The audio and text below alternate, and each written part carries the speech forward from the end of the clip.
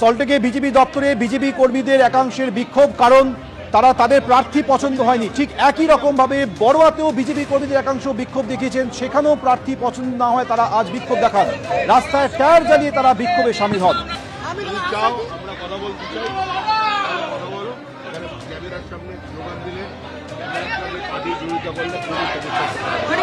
এটা বিজেপি পার্টির সিদ্ধান্ত, চূড়ান্ত সিদ্ধান্ত।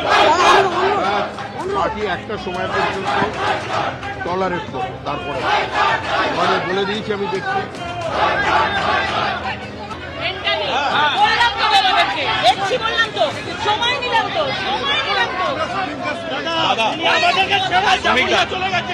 টিকিটের জন্য কিন্তু 5টা বছর আমরা ইন্টারনেটে দেখতে পাইনি দাদা। 2000 আমরা